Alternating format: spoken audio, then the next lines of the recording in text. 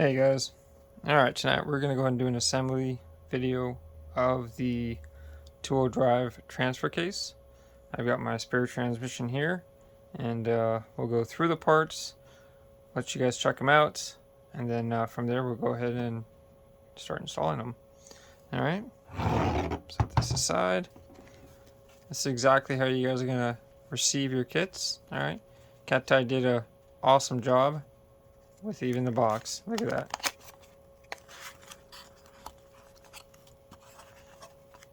Alright, so we got our cover. We've got our slider that's already pre-installed for you guys. We've got our front gear machined. We've got some hardware. A few screws, a pin, and two snap rings there. We've got our forward shaft. And on the back side we've got our printed parts.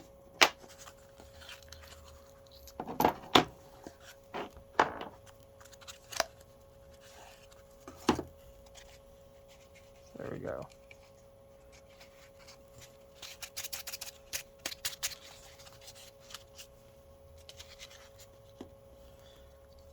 Got our servo mount. You can lay it down, double stick tape it somewhere, or if you like, if you are not using the factory speed control any longer, you can actually mount it at that spot there. So, and then for the cable mount for the transmission, black on black does not help, so we'll put it against the table there. Alright. Both these parts will be available to print if you guys need to replace them. If they break or if for whatever reason you need to, that'll be available to you. Actually, we're going to keep this one tonight. We're using that one. Servo mount we're not using tonight. I'll go ahead and set that back in place.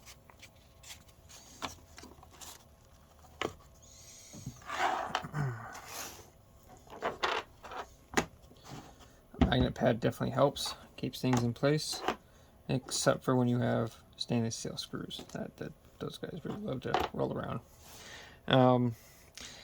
Matter of fact, so let's do a little reveal, huh?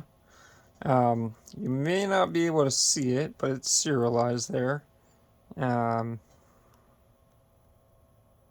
we go. Sorta, kinda. Not the greatest, but anyhow, this awesome brand new kit is going to go to Cat Bag. Congratulations, Cat Bag.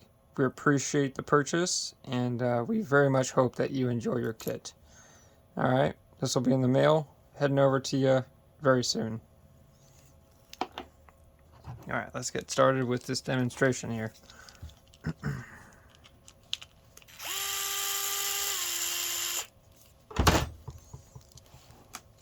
When you pull your rear cover off, chances are the rear output shaft and possibly the forward output shaft down here may come with it, just due to the tightness of these bearings here and here. If that is the case, no problem. Just work it out and put the shims back in place where they belong. I'll show you what I'm talking about here in a moment. This is our 6-leg kit that we were testing. We'll go ahead and put aside. I'll grab this. There we go. We go ahead and push up our original forward shaft. When you pull it out, there's a shim right in there. It just went offset. You want to be careful that that doesn't come with the shaft. You want to put that back in place. We're going to need that right there. Alright. I'll set that aside for a moment. Your forward output shaft, you're going to go ahead and pull your gear off. Set that aside. And you will be reutilizing this pin. So don't lose it. Well, it's a good thing for magnets. Alright, so that shim is there. We're in good shape.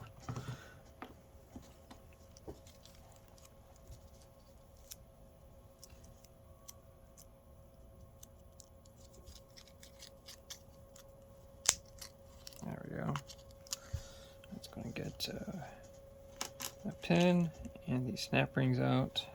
These screws I'm not too worried about right at the moment. It's quite all right. All right, so our new output shaft on one end is going to have a flat that's going to go towards the drive shaft. All right, and there's 2 grooves for those snap rings. You'll see where they go here in a moment. I'm going to grab our original pin, which is longer than the one that we're supplying. You don't need that. Put that guy in. Take your new gear. And we'll slide it this direction. Make sure that pin goes in place like that. The reason is that we want this shaft to ride freely, like so. Alright?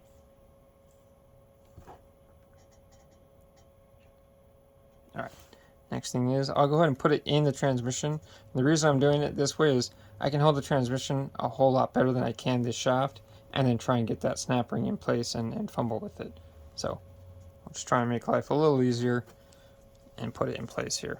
So we're gonna center up that shim there,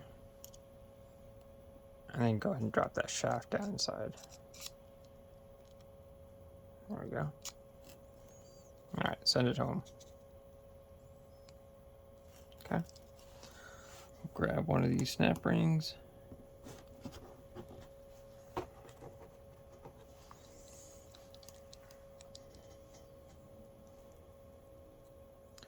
Trying to do this through a camera is certainly not the easiest.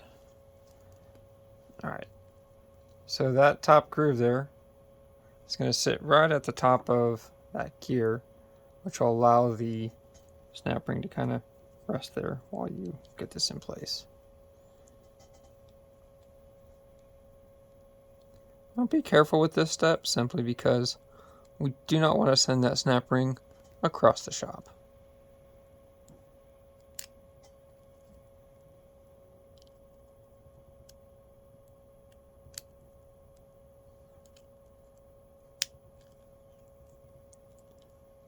And ideally, a non-magnetic screwdriver is recommended.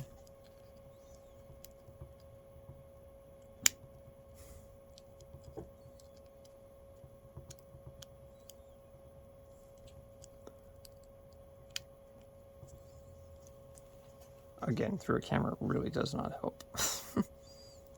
There we go.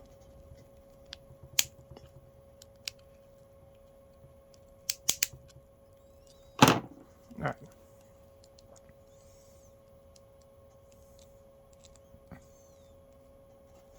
Now that it's in place, that gear isn't going anywhere.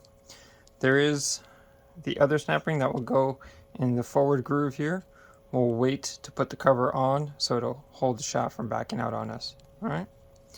Next step is going to take the smaller pin. Alright. And we'll go ahead and insert that in the upper hole. There we go.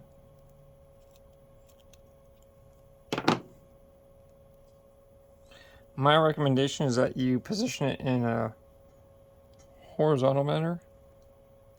That way, if you need to set down the transmission, it's not going to fall out onto the table and go rolling off.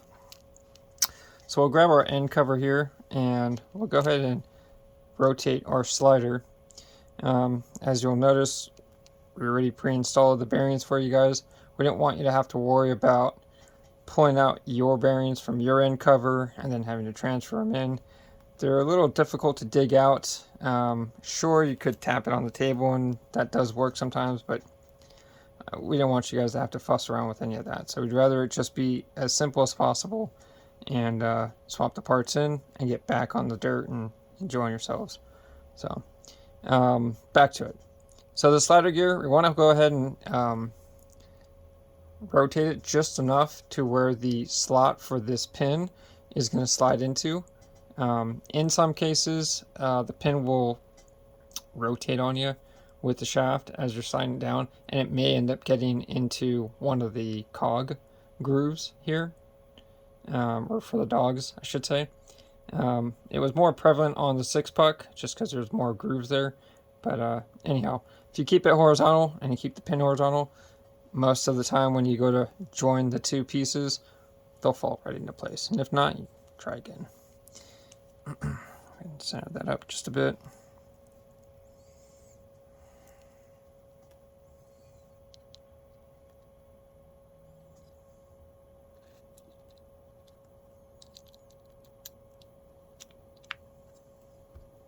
I think I actually got it this time, so that would be good. Looks like I did actually, yeah. So one way you can tell is if the cover sits flush, you will squeeze it down just a bit like that, and there's now no groove in between here. It's flush now. Another key note is that the engagement actually drops in and down like it's supposed to. Do a quick little test here. With the slider fully forward, that's engaged.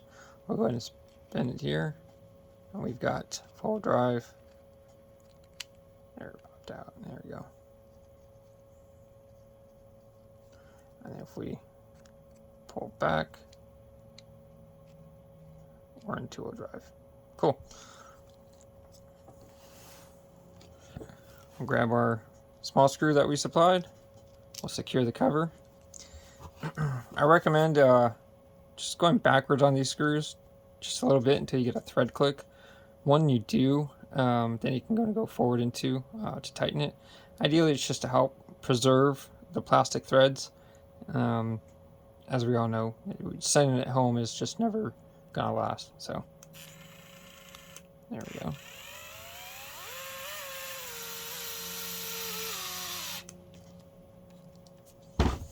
All right, so this is secure now. We're done with that portion now. We'll go ahead and focus in on this forward shaft. Let's get this snap ring.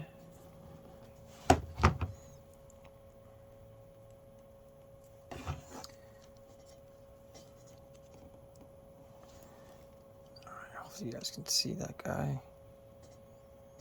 Once again, just be careful.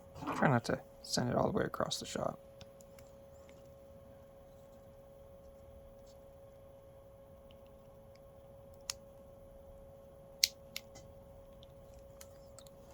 Alright, so that one got worked in. Ensure that it's fully seated. Make sure that, let's spin it around for you guys.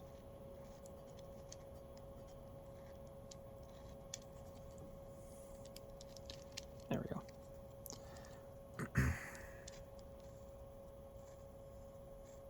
Yeah. If you have light on the back side of that snap ring, it most likely needs to continue to get fully seated into that groove there. But yeah, it should be good now. So we got no free play there. And yeah, disengaged. We've got dual drive. Engaged, we now have full drive again. Alright, let's grab our two long screws. Put those guys in place on the back side there.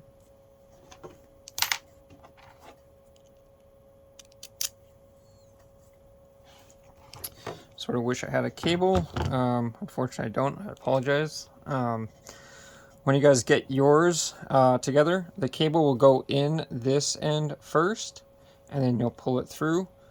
Just be careful.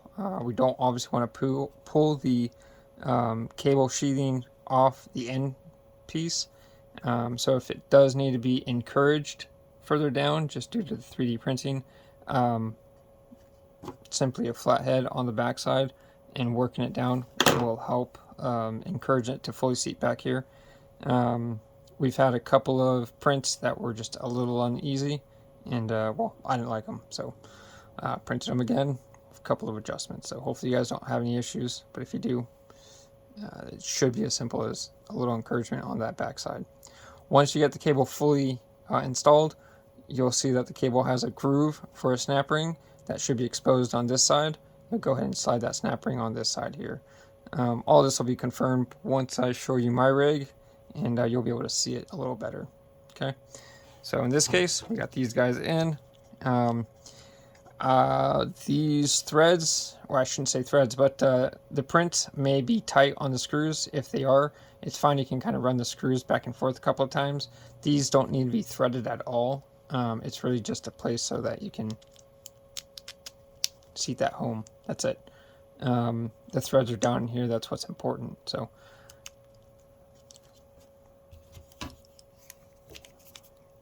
run these guys down. There you go.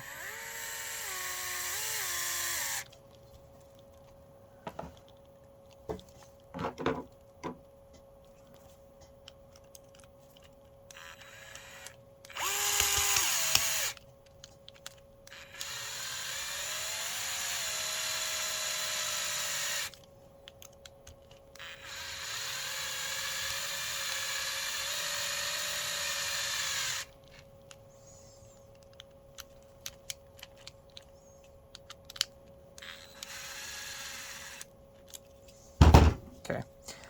Ideally, just get a good feel for how to tighten it. We don't want to be, running the head of the screw through the plastic print. Also, we don't want to pull the threads out here, so just be mindful. That's all. Otherwise, I mean, they're really strong and stiff, and the threads are long enough to sustain a whole lot of hell that we've put them through. So, nonetheless. This is the direction that it gets installed. All right. Reason being is that you got that cable that's going to come right through, and it's going to line up with the selector here. So in this case, I'll go ahead and pull it back. See if I can grab it. Not quite. There we go. All right. So it's disengaged. We've got two-wheel drive, and there we go. Now we got four-wheel drive. Cool. So this part's done. Ideally, you would have a cable sitting on the end of this, and then you would set it down in your chassis, do your install, get this done, and then you can route the cable wherever you choose to put it. If you guys have any questions, please, by all means, if I haven't answered them with the video,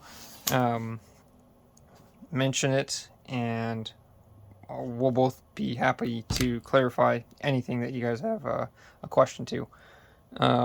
I'm considering possibly doing an install with the transmission going into the chassis and kind of giving you guys an idea of that.